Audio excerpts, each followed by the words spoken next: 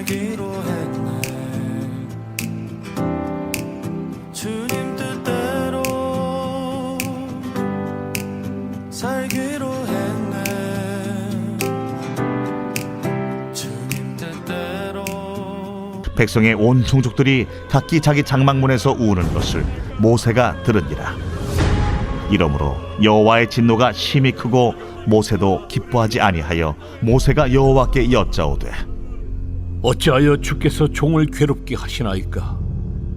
어찌하여 내게 주의 목전에서 은혜를 입게 아니하시고 이 모든 백성을 내게 맡기사 내가 그 짐을 지게 하시나이까? 이 모든 백성을 내가 베었나이까? 내가 그들을 낳았나이까? 어찌 주께서 내게 양육하는 아버지가 젖 먹는 아이를 품듯 그들을 품에 품고 주께서 그들의 열조에게 맹세하신 땅으로 가라 하시나이까? 이 모든 백성에게 줄 고기를 내가 어디서 얻으리이까? 그들이 나를 향하여 울며 이르되 우리에게 고기를 주어 먹게라 하온즉 책임이 심히 중하여 나 혼자는 이 모든 백성을 감당할 수 없나이다. 주께서 내게 이같이 행하실진대 구하옵나니 내게 은혜를 베푸사 즉시 나를 죽여 내가 고난당함을 내가 보지 않게 하옵소서. 오늘 본문 10절은 백성의 온 종족들이 각기 자기 장막문에서 울었다라는 구절로 시작하는데요. 이스라엘 백성들이 그렇게 울었던 건 그들이 애굽 땅에서 먹고 누렸던 것들을 그리워했기 때문이었습니다. 민수기 11장 5절 말씀입니다. 우리가 애굽에 있었을 때에는 값없이 생선과 오이와 참외와 부추와 파와 마늘들을 먹은 것이 생각나거늘. 애굽은 나일강이라는 풍부한 수원과 나일강 유역에 비옥한 초승달 지대를 비롯한 여러 경작지가 있었습니다. 민수기 11장에서 이스라엘 백성들은 애굽 땅의 풍요로움을 그리워했는데요. 그곳에서 잡았던 생선과 오이, 참외와 부추, 파와 마늘 같은 것들을 그리워했습니다. 하지만 이들이 애굽에서 먹던 것들을 그리워하면서 한 가지 잊고 있었던 건 그것이 본문 5절에서 그들이 말하고 있듯이 값없이 얻은 게 아니라는 사실이었는데요. 그들이 애굽에서 먹던 생선과 오이, 참외와 부추, 파와 마늘은 사실 엄청난 대가를 치르고 얻은 것이었습니다. 애굽 땅에서 노예로 종살이를 하면서 얻은 것들이었죠. 수많은 눈물과 땀, 피를 흘리고 큰 아픔과 시련, 불의한 처우와 차별을 당하며 얻은 것이었습니다. 뿐만 아니라 백성들이 고기를 먹고 싶다라고 불평했던 건 그들이 정말로 고기를 전혀 먹을 수 없었기 때문이 아니었습니다. 출애굽 당시 홍해를 건너자마자 하나님께서는 이스라엘 백성들이 고기를 먹을 수 있도록 이미 메추라기를 보내주시기 시작하셨는데요. 출애굽기 16장 8절 말씀입니다.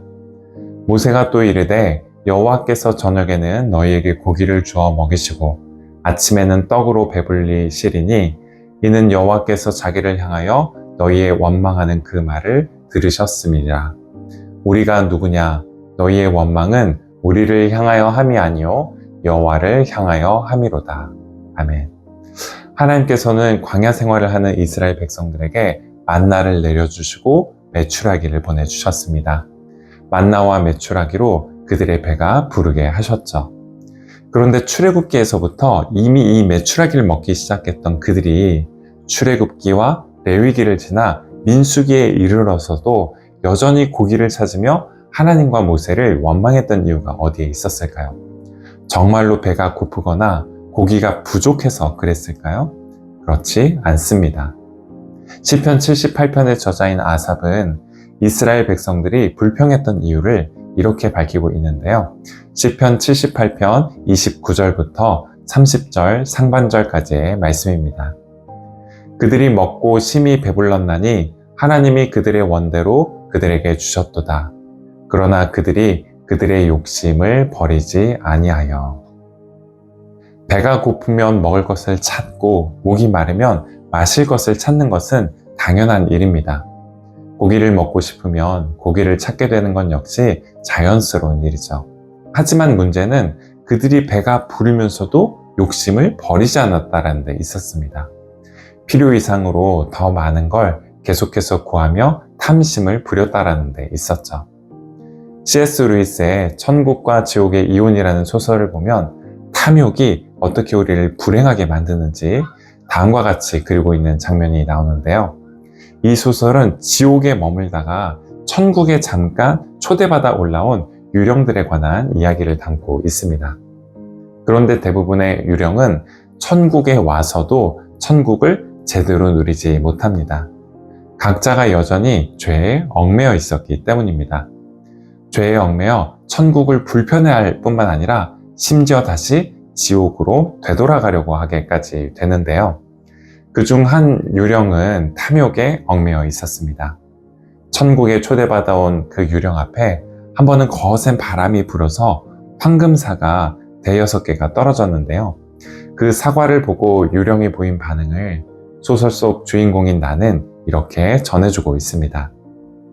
나는 그가 사과를 주머니 가득 채워 넣으려고 맹렬히 달려드는 것을 볼 수 있었다. 물론 헛수고였다. 그는 과일을 주머니 가득 채우겠다는 생각을 일단 포기했다. 그러더니 2개도 포기하고 제일 알이 굵은 걸로 딱 하나만 가져가기로 했다. 그러나 그 희망도 버려야 했다. 이제 유령은 제일 작은 사과를 찾고 있었다. 놀랍게도 유령의 시도는 성공했다. 제일 작은 사과를 양손으로 쥐고 휘청거리며 일어서는 그 불행한 존재를 보며 나는 찬탄하지 않을 수 없었다. 그는 사과 무게 때문에 꺾인 허리를 펴지 못하고 있었다. 그런데도 몸을 숨길 만한 것들을 어떻게든지 이용해가며 엄청난 고통의 근원을 붙든 채 자기가 자초한 십자가의 길을 떠나는 것이었다. 사실 유령이 사과를 굳이 자기 주머니에 놓고 챙길 필요는 없었습니다. 그가 원한다면 언제든지 사과를 맛보고 먹을 수 있었기 때문이죠. 그의 발 앞에 떨어진 황금사과 이외에 수많은 사과들이 사방에 널려 있었기 때문입니다. 하지만 그 유령은 그 사과를 어떻게 자기 주머니에 넣을지, 어떻게 지옥에까지 가져가서 쌓아둘 수 있을지에만 온통 정신이 팔려 있었습니다. 그 바람에 그는 황금 사과를 전혀 맛볼 수 없었습니다. 뿐만 아니라 탐욕이라는 고통의 근원을 계속해서 붙들고 있었던 그에게 천국은 지옥처럼 여전히 고통스러운 곳에 불과했습니다. 그런 유령을 향해 빛나는 모습을 하고 있던 한 천사가 나타나 이렇게 말해주게 되는데요. 어리석은 자여, 그것을 내려놓거라. 넌 그걸 가져갈 수 없다. 여기 머물면서 과일 먹는 법을 배우거라. 숲속에 있는 나뭇잎들과 풀잎들이 기꺼이 가르쳐 줄 것이다. 하나님 나라는 탐심과 탐욕에 있지 않습니다. 더 많이 소유하는 것으로 들어가고 누릴 수 있는 그런 나라가 아니죠. 필요 이상으로 먹고 마시고 누리기를 욕심내지 않고 하나님께서 값없이 베풀어 주시는 은혜의 선물을 누리고 받아들이며 신뢰하는 이들에게만 임하는 나라가 바로 하나님의 나라입니다. 이 점을 예수님께서는 제자들에게 이렇게 가르치셨는데요.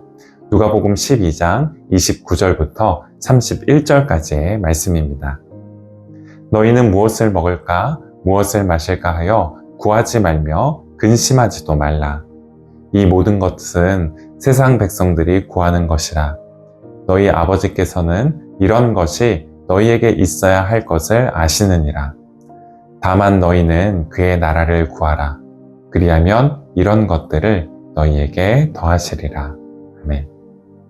우리에게 모든 걸 더하실 하나님을 신뢰하면서 언제나 하나님 나라와 의를 먼저 구하실 수 있는 저와 여러분이 되실 수 있으시기를 바라겠습니다. 기도하시겠습니다.